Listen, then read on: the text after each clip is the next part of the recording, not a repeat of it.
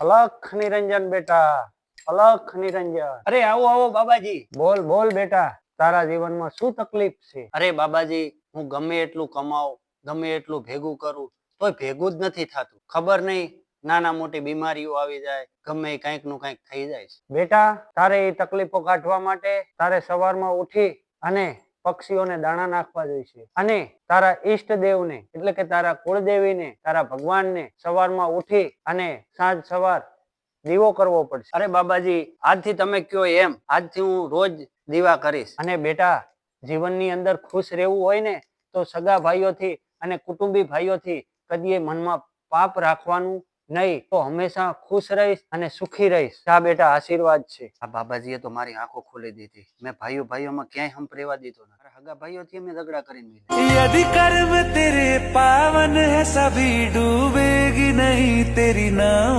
कभी.